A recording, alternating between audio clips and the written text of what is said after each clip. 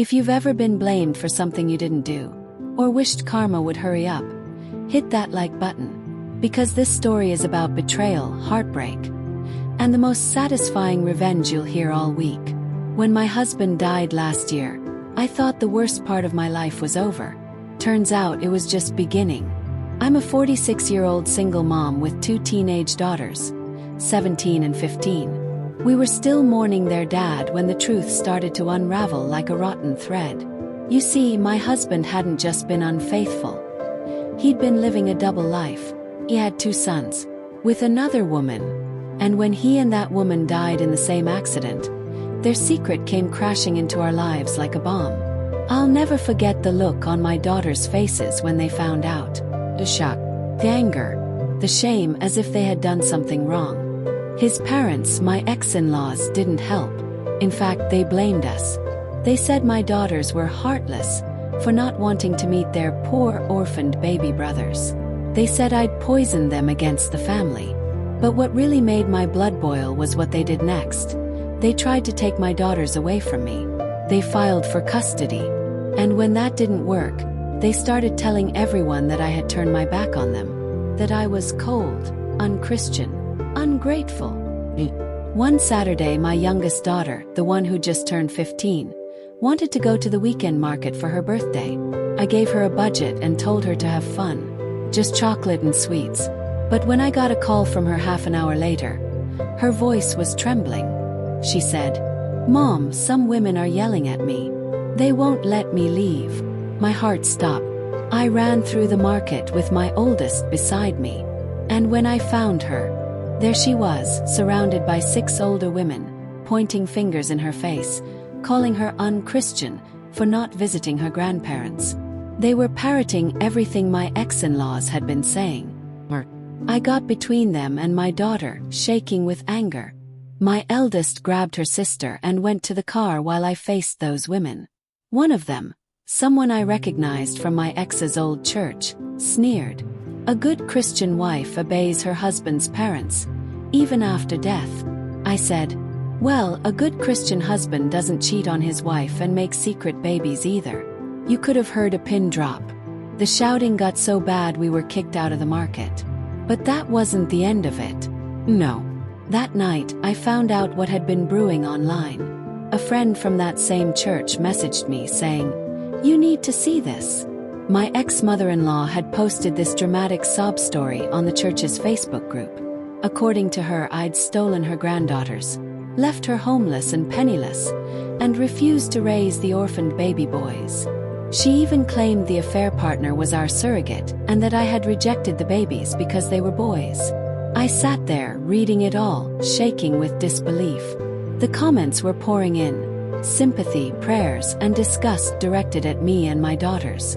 It was sick. But the funny thing, that church, the one so quick to judge, had one golden rule. Cheating is a sin. Big one. And my dear ex-mother-in-law had conveniently left that part out. That's when I realized, if she wanted to use the church to destroy me, then I was going to use the church to bury her lies. I still had everything. All the receipts, photos of my ex and his mistress, in our living room, text messages between them, between him and his parents, admitting they'd known the whole time. I even had the messages where his parents bullied my daughters after his death, calling them bastards, and saying it was their fault their father died. I couldn't sleep that night. I was too angry, too determined. The next morning I went to a print shop. And I didn't just print screenshots. I made art. Glossy, high-quality color pages. Every message, every photo, every sick word, beautifully preserved. That night I got creative. I put everything together into matching binders, the kind that looked just like the church's little hymn booklets. On the cover, the love story of ex-husband's name and affair partner's name. Inside the very first page, a full-color photo of them kissing in my living room. Underneath, "Blessed are the faithful, because he sure wasn't." It was perfect. The next Sunday I drove to the church early.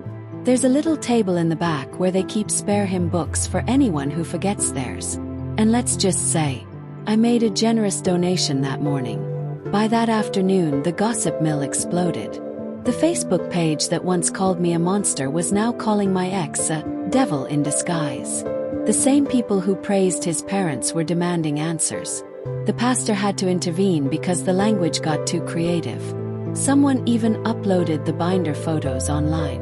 My favorite comment: "Turns out the widow wasn't cold, she was righteous." Even better, my daughters got apology letters from 2 women who'd yelled at them in the market. The church invited us to seek comfort and forgiveness together. A hard pass. As for my ex-in-laws, they were humiliated. They left the church entirely.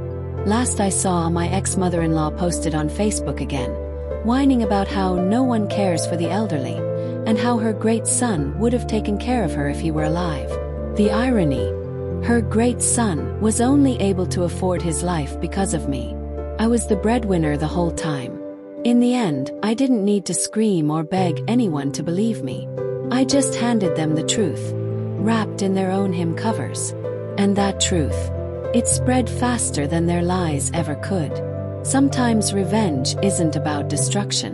It's about restoring balance. When people weaponize faith, guilt, or community against you, the best revenge is showing the truth under the brightest light possible. If this story gave you chills, smash that like button, and tell me in the comments, what's the most satisfying revenge you've ever seen play out? And don't forget to subscribe, because karma never misses.